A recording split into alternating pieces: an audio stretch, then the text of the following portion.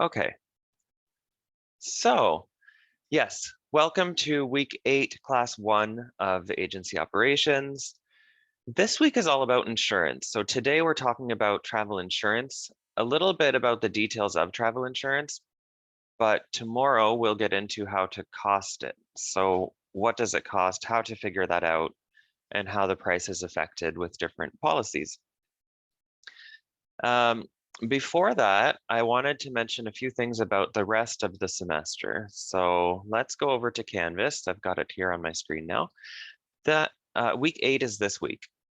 So we've got travel insurance today, and tomorrow is travel insurance costing. There is a costing assignment. It's available now. And another reminder, we'll talk about it on the last slide of today's lesson, but in case you're here already, semester project is due tomorrow by midnight. I would not recommend submitting it at 11:50. The system is automatically set up, so it's due at 11:59 p.m. because after that it becomes tomorrow. And the system is set up to deduct 25% for every part of a day that it's late. So that means even if it's 1 minute late, 25% is taken off. So make sure to get it in early, maybe even today.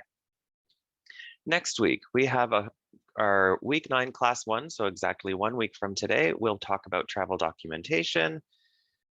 And then the following class, so Friday's class, is a guest speaker, but it will be pre-recorded.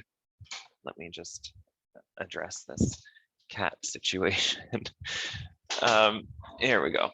It will be pre-recorded, and there will not be a guest speaker assignment for this one. So we will not meet on Zoom together next Friday. You can take the time and watch the guest speaker's video. And I haven't received it yet. It's coming from ACTA, Association of Canadian Travel Agencies. They were in last year though for me. So if they don't record a video for me this year, I will post last year's video. Just so you know, you'll see students on the side at the beginning. It's not your class, but the information is still relevant. So that's next week. We have a class on Thursday, and then Friday, no class live on Zoom, but you can watch that video. The following week, we have one class on Thursday, and that's health requirements, customs requirements. But Friday, no class. And that comes from last year when I had a conference that Friday, and we just squeezed it together and we've made it work, and we're up to date with the learning plan, so that's okay. That week is when your semester project is due. So that would be the Friday, the website portion of your semester project. Week 11, we're going pretty far in advance, and we'll review this again when we get there, but week 11 class 1 is an online review class, and that is done independently. So you'll be going to your colleagues, your other students' websites they created for their projects, and just look around, take a look at what their niche was, how did they design their website, what products are they using. That's all just for you to do independently on the Thursday. That Friday we have exam review, and then the following week we have the exam. So really, like I said, pretty light second half of this course. So that's what the next several weeks looks like. But this week is all about insurance. So like I said, just a reminder, next week we will have a guest speaker. It will be pre-recorded. You can watch it during class 2 time or whenever you have time, but there will not be a guest speaker assignment for that. Okay, so travel insurance. What do you know about travel insurance first? Even if it's just one word, you can put it in the chat. If you've learned about it, maybe in other classes. I know in tour planning, you may have learned a little bit about car insurance. So share what you know.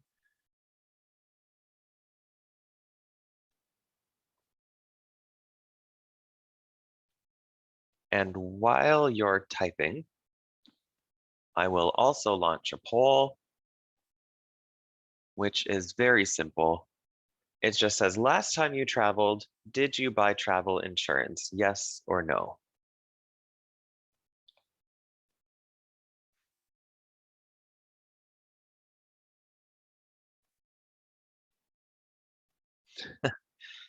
Oh, as an ex-travel agent, I'm really upset by what I see in this poll. Okay, everybody has answered. So let's end the poll and share the results. I don't know if you can see specifically, but one of you said yes. So well done to that one person, but that makes me really worried. So individually, you might not have had to use travel insurance in the past, and you might think, maybe you already had it on your credit card, maybe you have coverage with work. Great. But maybe you thought, I probably won't need it. As a travel agent, probably once a week, I saw people having to use their travel insurance. It was the first question we would ask people. If something went wrong, we would say, well, first of all, did you book it here? Sometimes people would book something online and then come into our travel agency and say, my flight was canceled by the airline. Can you help me? So first question was, did you book it here? Because if they booked online, we couldn't help them at all. Second question was, yes, if you booked it here. The first question after that was, did you take insurance? And if they did, things were much easier and much cheaper for them. And like I said, it was probably once a week where I saw people using their insurance, whether that was cancellation, interruption, or maybe medical. It was pretty frequent. And in many cases, it's not as expensive as you might think, especially if you're only taking medical. So that leads me to my next question. Have you ever used travel insurance? So if you have, I would be interested if you're comfortable to share why. If not, then that's probably better not to have a story where you've had to use it. But I saw hundreds of people who had to use travel insurance. And I will share a story later of a colleague of mine who had to use her travel insurance. But first, I'll make sure I'm sharing my sound. Yes, I am. And I'll show you a quick little introduction video that's put together to explain why you might consider insurance next time.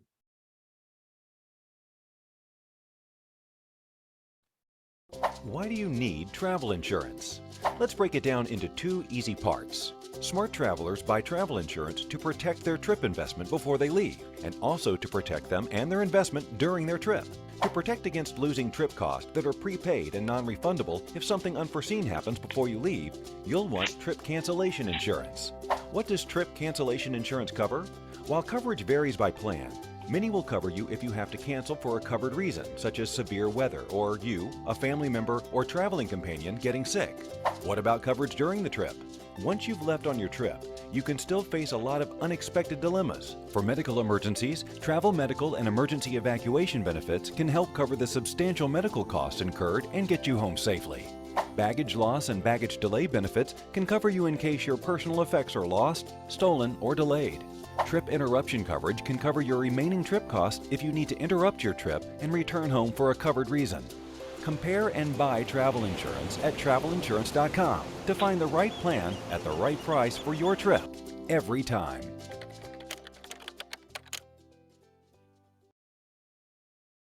Okay, so really briefly talks about why you might want to buy travel insurance. But of course, as travel agents, if you remember, TICO says we must offer travel insurance with every sale. So we're going to need to know about travel insurance as a travel agent so you can recommend it properly. So why buy travel insurance? Insurance helps you reduce financial loss from sudden and unexpected events. It's not from something you know might happen. Sometimes clients would say to me, can I buy cancellation insurance? My manager said I might not be able to get the time off of work. Well, that won't be covered because you already know that it's a potential risk. It's more for unexpected events. I had a death in the family. I can't travel anymore. There's a lot of things that are covered, and we'll look at those today. So what is travel insurance? Basically, it's a plan, it's a risk management plan. This is kind of the definition of travel insurance. A risk management plan underwritten and packaged by an insurer that's sold either directly to travelers or indirectly through a supplier. So that means I could go to Manulife and get travel insurance directly from them. But if I book a tour, I can call the tour company, make my booking, and they would say, do you want insurance through us? So I can buy it directly with Manulife or maybe through a supplier. Travel insurance is a huge business. You make a lot of money if you sell travel insurance as a travel agent. And it's not a mandatory component of travel. That's the catch, but it should be essential. And I know that most of you didn't take it last time you traveled, but it is fairly important and you'd be happy to have it if you had to use it. Travel agencies sell travel insurance. It's one of the ways that travel agencies make money. So it is an extra service. It's not specifically a travel product. You could call it a related travel product. But there are benefits. So the client is protected. Sometimes when you sell insurance, if the client cancels, that same travel insurance package will cover your commission. Because normally, if somebody cancels their trip, the supplier will ask for their commission back from you. So if some travel insurance policies like with Manulife, if that customer, if that passenger cancels, then your commission might be protected too. But if you sell insurance, you're making up to 40%. And some insurance packages can be a little expensive, especially if the person's a bit older and you're making 40% on that sale. So it's a huge, huge add-on for travel agents. So like I said earlier, TICO says that travel agents must offer travel insurance with every sale. And you have to answer or offer both cancellation and medical insurance. You also have to explain the risks associated with travel arrangements. If somebody's booking a cruise and it leaves April 8th, maybe you want to recommend that they arrive to the port on the 7th. And if they say, no, I can't really do that, then say, okay, understand that if you leave the morning of the 8th on your flight and your flight is delayed, that cruise ship will leave without you. Okay, then that's one of the risks associated with those travel arrangements. And that's what insurance might help with. So if that did happen, they could call their insurance and say, my cruise ship left, my flight was delayed, and that insurance will fly them to the next port. And then they can get on the ship from there. And also, as a travel agent, you need to know basic terminology of insurance. And we may have talked about this in the past in different classes, but we'll review it this time as well, because we really get into detail with insurance in this class today and tomorrow. So there are different types of travel insurance. You don't just say, I want travel insurance. There's more to it than that. So one of the types is called trip cancellation and interruption. And the reason I have a little star there is because it usually needs to be purchased within a given time frame of booking the trip. So I go into an agency, maybe let's stick with this cruise example. I'm going on a cruise April 8th, and I go in to book my trip. Usually if I want cancellation interruption insurance, I need to book that insurance at that same time that I book my cruise, or within 24 hours, 48 hours, usually maximum of 72 hours. So 3 days.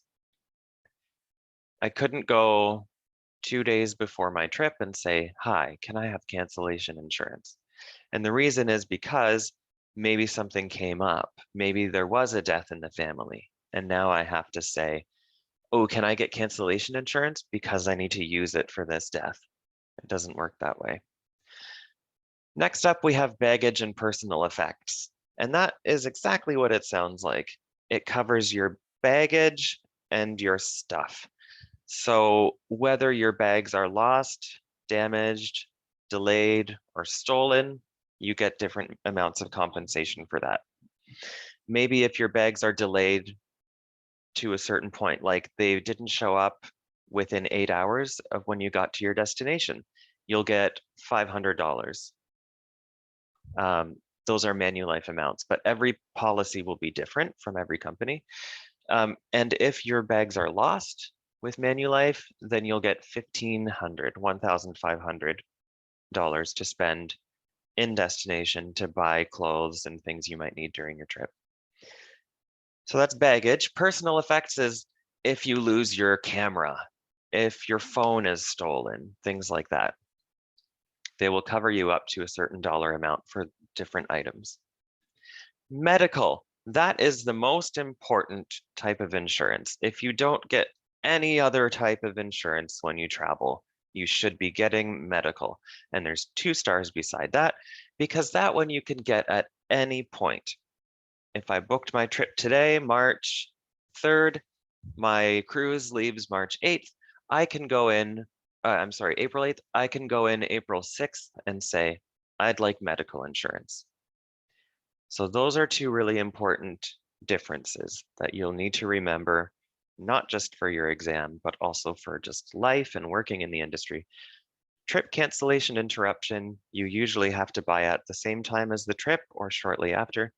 Emergency medical, you can get all the way up to and including the day you leave. Flight accident insurance, that is if you get hurt while you're traveling on airport property. Doesn't have to be in the airplane. It can be walking from at Hamilton Airport, for example, walking from the gate to the plane. You go outside, you walk across some pavement, walk upstairs, and you get in the plane. If you fall at that moment, you're on the airport property, that's considered flight accident as well. So those are all outbound types of travel insurance.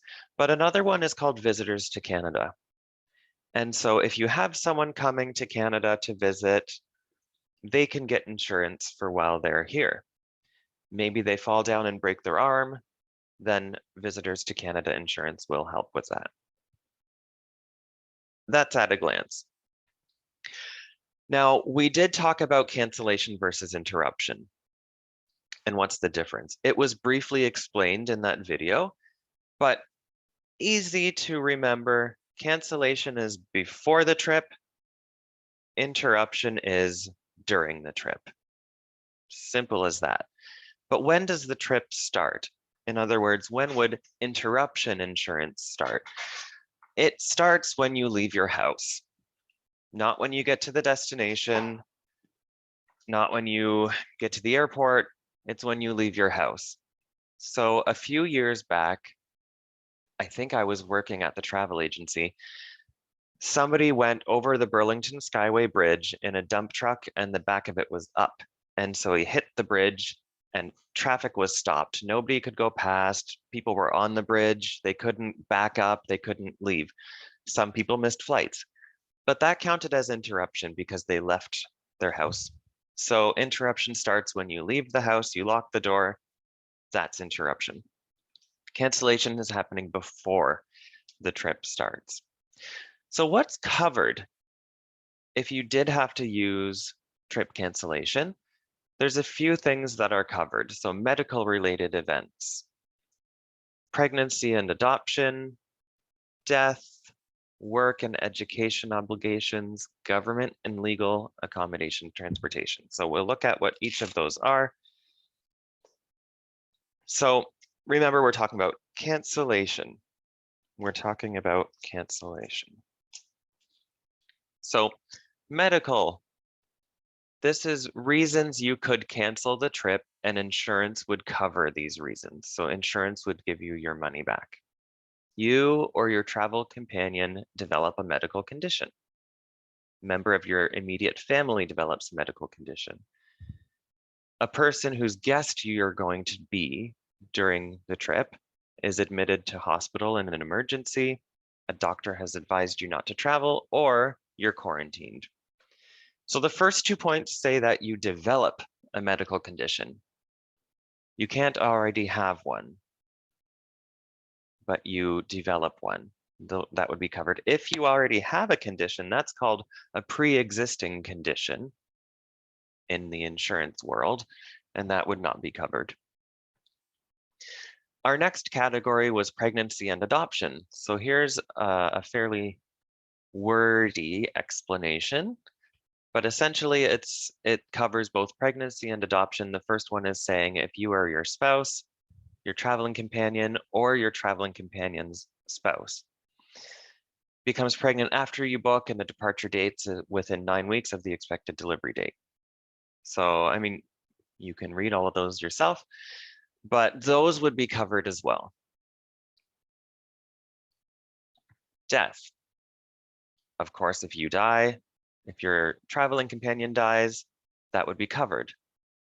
If a member of your immediate family dies, then you could cancel your trip and that would be covered.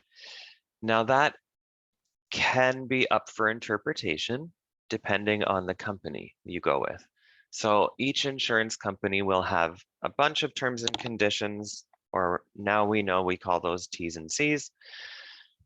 Each insurance company will have their own T's and C's, and in those it will say what immediate family is. Sometimes it includes grandparents, aunts and uncles, grandkids. Sometimes it doesn't. So it's just a matter of looking at those details. A person whose guest you will be, you're going to visit someone and they die, then you can cancel your trip. The next category was work and educational obligations. So if you are a reservist, a firefighter, military, or police, and you're called to service, then you can cancel and it will be covered. If you're laid off of your job, then that would be covered without just cause. If you're traveling for a meeting or a convention and that meeting or convention's canceled, you can cancel your trip. And lastly, if a college or university exam date was changed and it was changed to fall during your trip, then you can cancel. And these are just a small amount of covered reasons. This is not an exclusive list. There's more reasons, but these are the more common ones that I would see.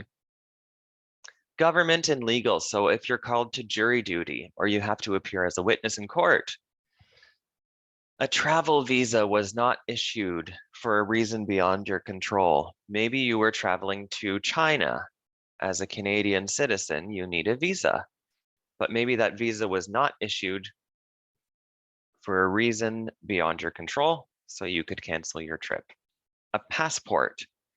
If you didn't have a passport and then you went to go get one and they said it will be ready for you in 2 weeks and it's not ready in 2 weeks, then you can cancel. And lastly, if the government issues a travel advisory, avoid non-essential travel or avoid all travel, which of course we've seen a lot in the last little bit. It used to be very rare to see something like that. It was more or less reserved for natural disasters and conflicts. But now, I mean, we see it a lot.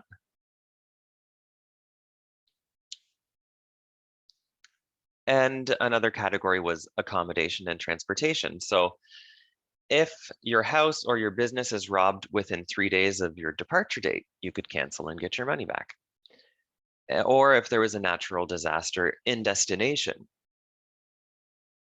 that makes your pre-booked accommodation uninhabitable. Maybe you had a hotel booked and a hurricane went through it. You could cancel. So that's all different reasons why you could use cancellation insurance. Remember, cancellation is before the trip. Why you could cancel before the trip. Now we'll look at events covered under trip interruption, so during the trip, what would be covered? Well, there's lots of those same reasons would apply, but there are different reasons as well, and they fall under these categories: government and legal, accommodation and transportation, weather, and of course, most relevant these days is quarantine due to a positive COVID test result. So looking at each of those, now we're during the trip. We're talking about trip interruption. So under the government and legal category, during the trip, if you or your travel companion's passport or travel visa is lost or stolen during the trip, you'll be reimbursed travel and accommodation expenses until you can get that document replaced. Also, change fees from the airline will be covered.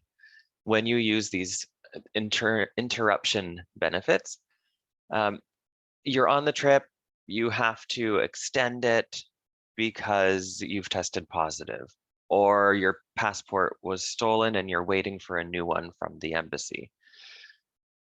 You need to change your flight, and that costs money. You'll have to pay a change fee, whatever it is, depending on your booking class. Maybe a Y-class ticket wouldn't have a change fee, but if you have a discounted economy fare, you're looking at a few $100s. So government will cover, insurance will cover that, but it's not just a change fee, you have to pay a difference in fare as well.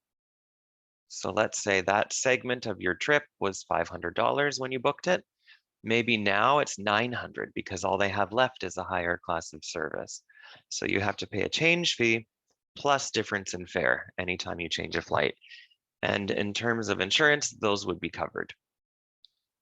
Now, interruption, when it comes to your accommodation or transportation, you'll receive reimbursement for accommodation if you miss a connection due to mechanical delay, traffic accident, weather conditions, etc. And I already used this example today. If there is a delay in your departure due to the reasons above, like it's not you just missed your flight because you slept in, but if the flight was delayed because the plane was a bit broken and then you missed your cruise, that's when interruption would kick in. And another category for interruption was weather. Weather conditions, so earthquakes, volcanic eruptions, anything to do with weather, maybe it was a hurricane, causes delays to at least 30% of your trip, and you choose not to travel. So maybe you get there on day one, there's a hurricane, and your accommodation is destroyed. If 30% or more of your trip was affected, then you can use your interruption insurance and come home. If it's less than 30, then you can't. That's a very specific number, though. I should say that the numbers we're using in class are based on Manulife insurance, because tomorrow that's the insurance that we will be pricing. A new type of insurance has come about in the last few years, and you can imagine why. COVID insurance. So COVID insurance is unique, it's new, and it took a while, but insurance companies realized that people want insurance when it comes to COVID for different reasons. So again, Manulife has something called Cover Me travel insurance, and it's COVID insurance. So Manulife's Cover Me insurance provides coverage for unexpected expenses related to COVID. So what's that mean? If you test positive for COVID on your trip and you need medical attention, you're covered up to $5 million if you're fully vaccinated and $1 million if you're not fully vaccinated.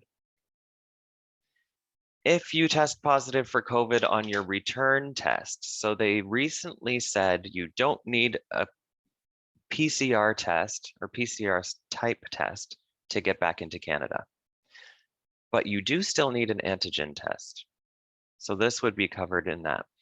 If you test positive for COVID on that test, trying to get back into Canada, and you need to quarantine in your destination, then suddenly, let's say you're there for 10 more days, you need to change your flight. You need to find accommodation. That would be covered with this insurance.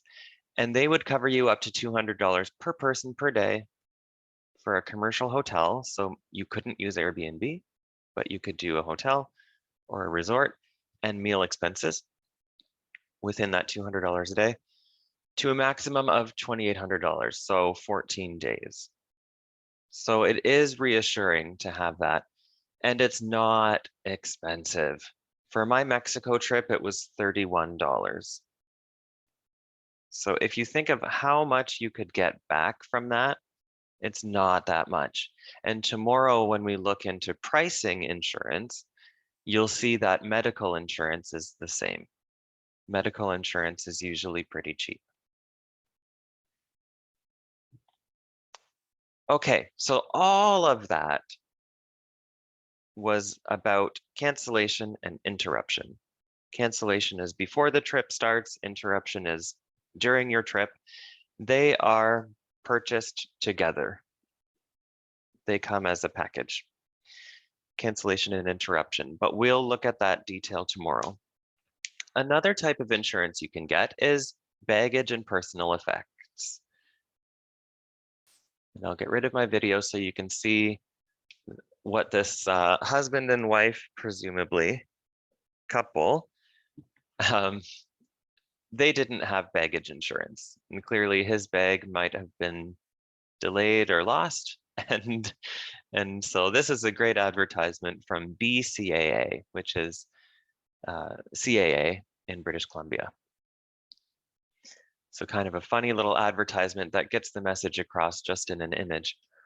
So baggage and personal effects, it provides protection from loss, damage, delay to your baggage or your things, your belongings. They call that personal effects.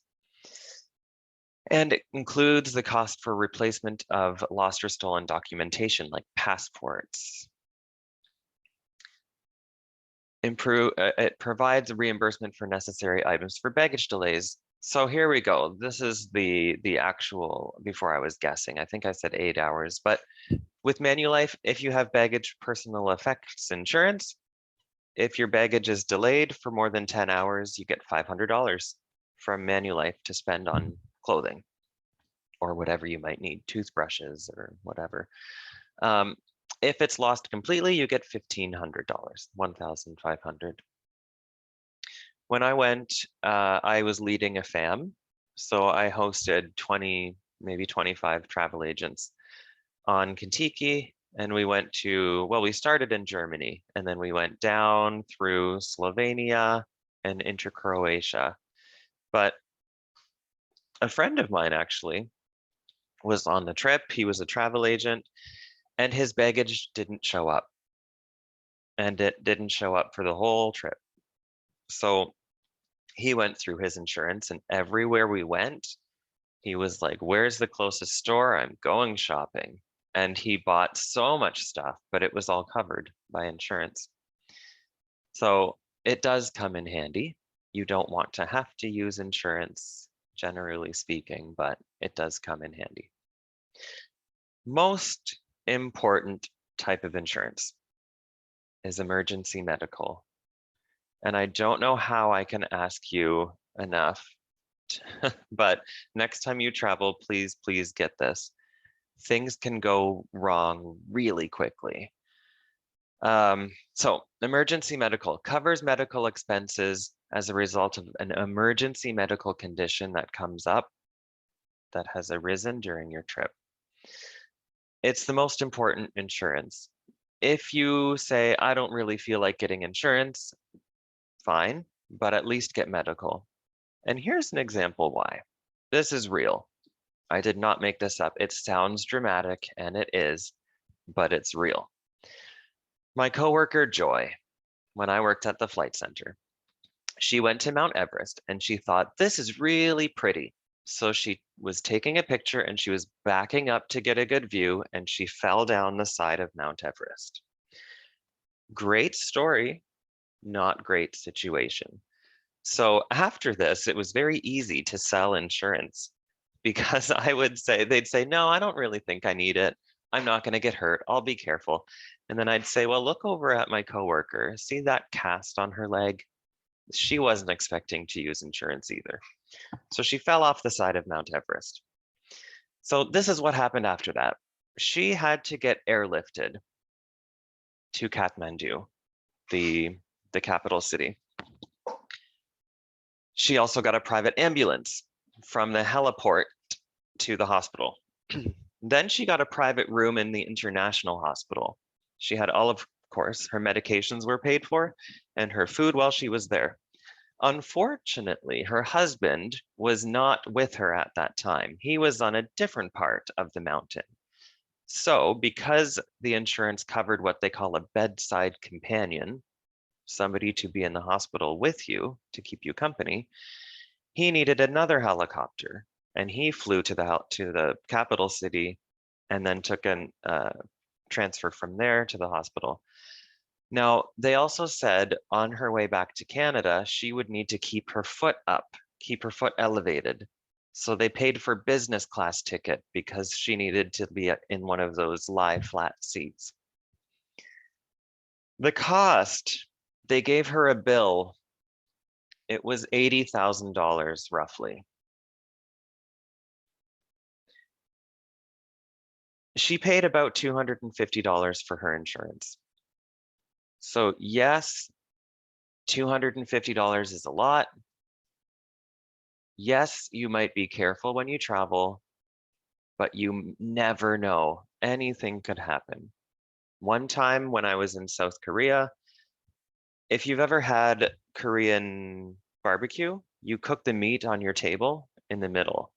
They bring you raw meat and you cook it yourself.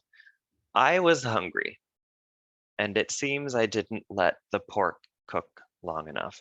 So I ate undercooked pork and I was very, very sick. And I went to the hospital and I used my insurance.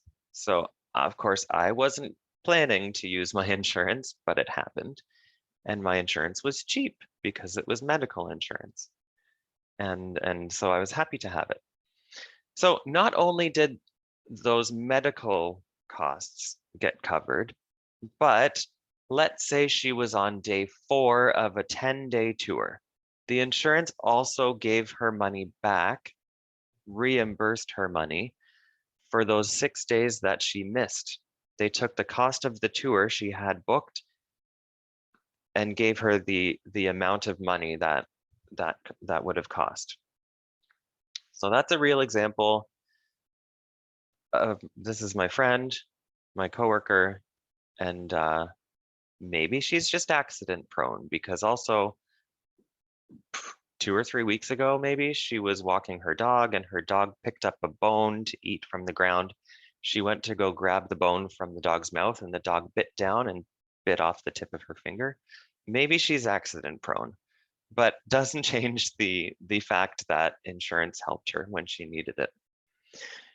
You'll remember when we looked at those 5 types of insurance, there was cancellation interruption, there was baggage, there was medical, and flight accident. So the details of flight accident. It will cover you for death. Dismemberment is when a piece of your body is no longer attached to the rest of your body. Loss of eyesight or limbs. A limb is like an arm or a leg. When on airport premises, traveling on scheduled airlines, and in airport buses. So sometimes you'll go to an airport, where was I? Cape Town, maybe, Johannesburg, somewhere in South Africa. We left from the airport gate, we got onto a bus, that bus drove us across the tarmac, and then we got on the plane from there. If that bus stopped quickly and I fell down and I hurt myself, that's considered flight accident because you're on the airport premises or property. Okay, so that was all of our outbound insurance, and just briefly inbound insurance. Maybe you have somebody coming to visit you in Canada and you say, well, when you come here, I'll get you insurance. So this is for foreign visitors to Canada. You can get them before they arrive, or immediately when they arrive. You pick them up from the airport, you go to a travel agency and you say, this is my friend, they'll be here for 2 weeks, we need insurance for them. This is usually subject to a deductible. And I think we talked about that already in tour planning. But if I use my insurance and I'm expecting to get $2,000 back, insurance might keep 500 of that as a deductible, and then I would get 1,500 back. We'll look more at different terms in a minute, but that's what a deductible is. And Visitors to Canada insurance often has a deductible. Some other coverage, car rental insurance, we did talk about that in tour planning. Whether you had me or a different teacher, then you'll have learned about that. And packaged insurance, of course, we are going to talk about that because that's the most commonly recommended insurance by agents. But first, we'll look at insurance terminology. And they have a very specific language. There's a way that insurance talks, I guess you could say, that only makes sense to them, but we'll break it down and learn it today. So here we have some definitions. Policy. That's a written document that describes the details of the protection provided by travel insurance. So when you buy a policy, you buy an insurance coverage, you'll get a little booklet with all of the different things that are covered, all of the terms and conditions, definitions like what is immediate family. That's all in this booklet, and that booklet is your policy. The premium, how much does it cost? What is the price? The premium of my insurance was $100. That just means how much did it cost? The term, that's the length of the insurance coverage. My trip is 1 week, my term is 1 week. Conditions, that's the rules provided, or the rules for protection offered by the insurance policy. Limitation, that would be the maximum sum to be paid out. If I use my medical insurance, the limitation is $5 million. After that, I have to pay for it myself. Traveling companion, that's who's traveling with you. And that term, traveling companions, that has come up already today in class. But those are 6 fairly basic definitions that you absolutely need to know. A couple more definitions. This one I've already mentioned today, pre-existing condition. And that's a medical condition that's known. You already know about it before you travel. Maybe you have a heart condition and you know about it. You're taking medication for it. If when you're traveling, something happens regarding that pre-existing condition, you will not be covered unless you told insurance already and you got special insurance for that. So a pre-existing condition is something you already know about. A claim, that's when you use insurance. If you need to use insurance, you call them and you say, hello, I'd like to make a claim. That just means you're using your insurance. Deductible, I just said what that is. It's a portion of money charged by the insurance company before paying out a claim. I think when we had our tour planning class, I used this example because it had just happened to me, but the sunroof in my car broke last summer, last winter, I can't remember, but insurance covered it, but there was a deductible. And now I forget what it was.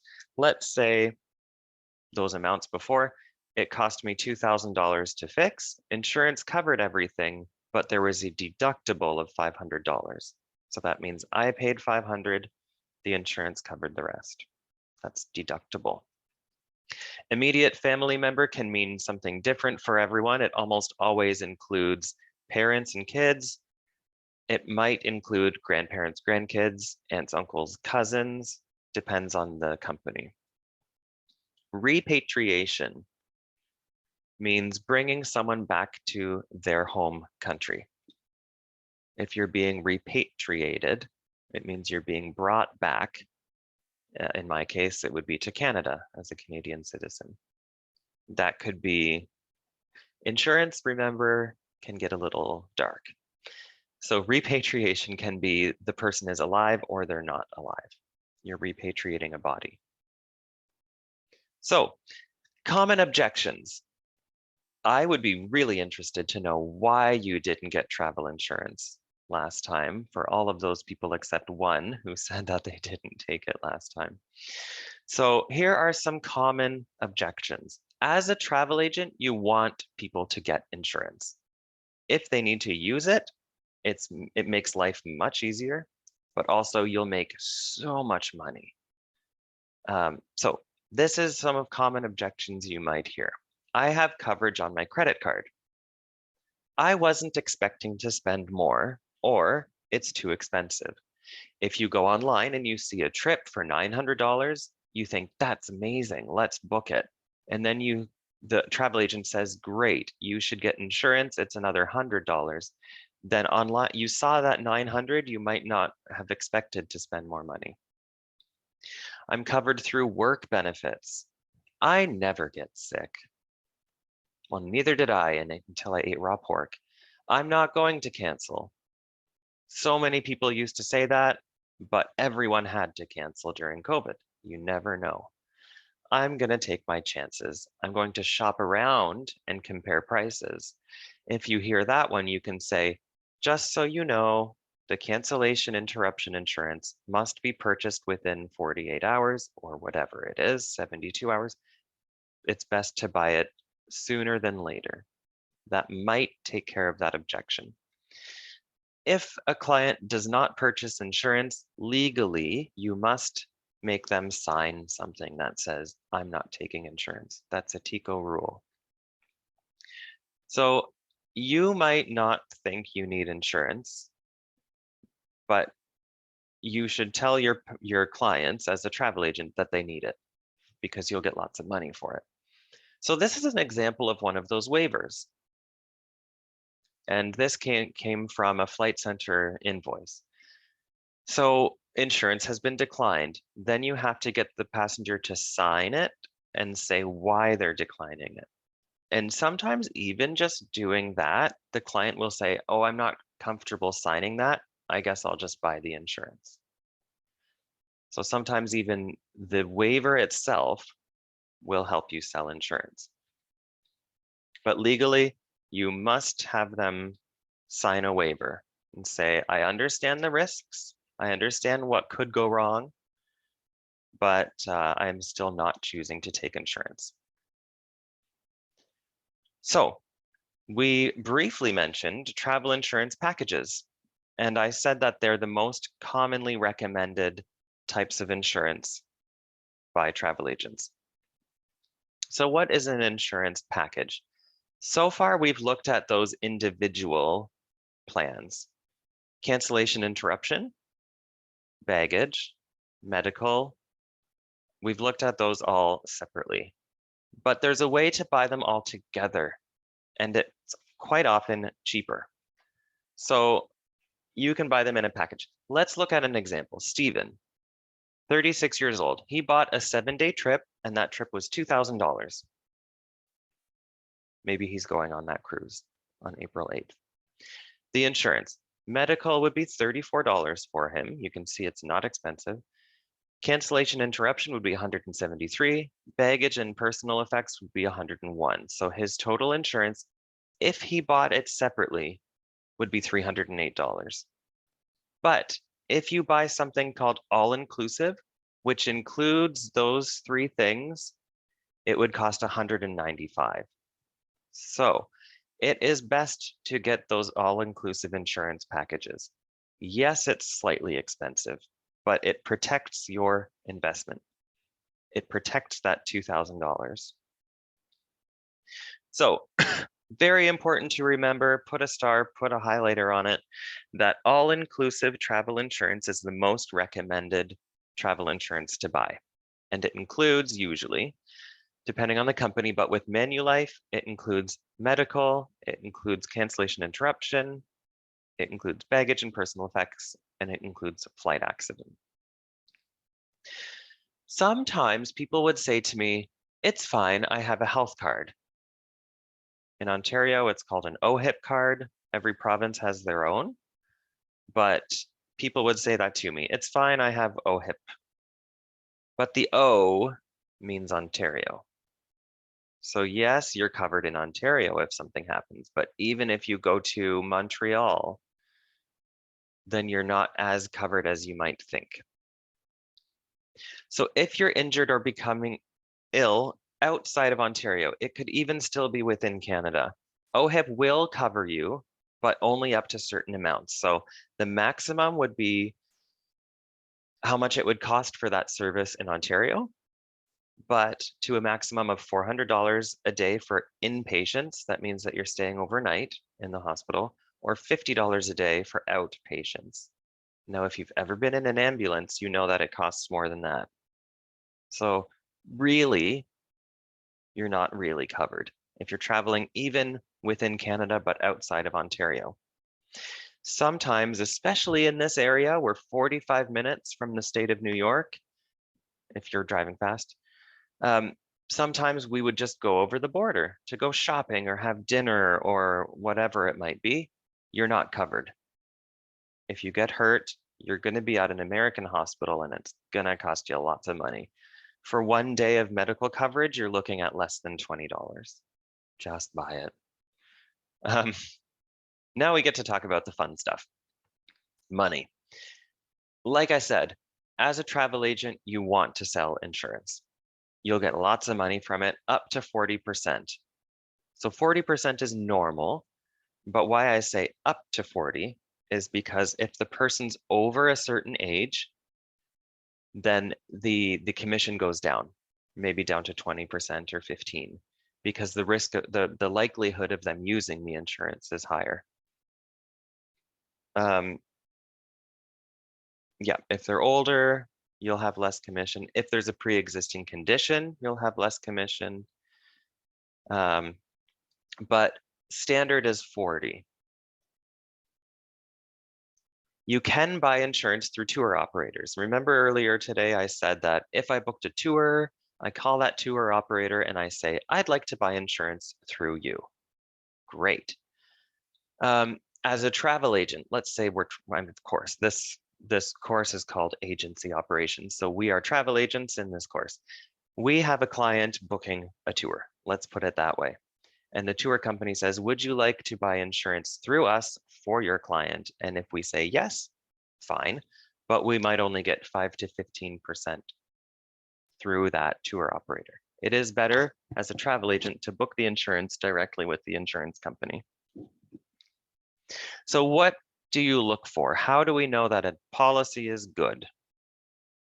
First, don't pay upfront for medical bills. Joy, my coworker who fell down the side of Mount Everest, she probably didn't have $80,000 to pay and then wait to be reimbursed by insurance. So a good insurance policy will pay for your hospital bills up front. That means they pay it, you don't have to pay anything. So that is what to look for in a good insurance policy when you're looking at medical insurance. Another thing is a 1-800 number to call, or a number to call collect. If you buy Manulife insurance, there are 2 phone numbers. 1-800 number is for you to call if you're traveling in Canada or the States. Anywhere else in the world, there's a phone number that you can call collect. And what that means is that you call this phone number and the insurance company pays for those long distance charges. And back to medical, I mean, this is all for medical, at least $2 million in medical coverage. And that doesn't mean that if I break my arm, I get $2 million. It means they will cover the cost of what I need up to that amount. I've been considering changing this because things have changed in the world and you may need more coverage. So I would even say 5 million. You'll want to say, when you look for a policy, it should say, we'll cover you up to 2 million or 5 million, whatever you're comfortable with. These are the phone numbers to call if you do get hurt, and we don't ask you to pay your bills first and then reimburse. For medical, look for those 3 things. If you have to use cancellation insurance or interruption insurance, you have to change a flight, it costs money, you have to get accommodation, that costs money. That's normal. You'll have to pay first and then get reimbursed by insurance. But with medical, you don't want to have to pay upfront for that. Okay, I think that's it for medical insurance. Okay, so that's all about insurance. Are there questions? I know it's a lot to take in. Insurance is sometimes overwhelming for people. Even just the terms, the definitions can be a lot. But come back to this, look at those definitions, study those definitions. And some reminders. So tomorrow is March 4th. The semester project, just the first part of it, the written part, is due by midnight. Once again, don't wait till the last minute to submit it. There might be issues with Wi-Fi. There could be anything might happen. Maybe submit it tomorrow morning, tonight, whatever. But like I said earlier, it's automatically set up so that if it's a minute late, 25% is deducted for every partial day. So if you wait 2 days, 50% is deducted. And if it's more than 4 days late, you just get 0. So best to submit it early if you can. If you're looking for a guide, you'll see that written report formatting sample in week 7. Just to remind you, as 4th semester students, you should know, by now how to write an academic paper. But just in case you'd like some guidelines, maybe you want to check your work against that sample, that's there for you. And that's it. And tomorrow we'll talk about pricing the insurance.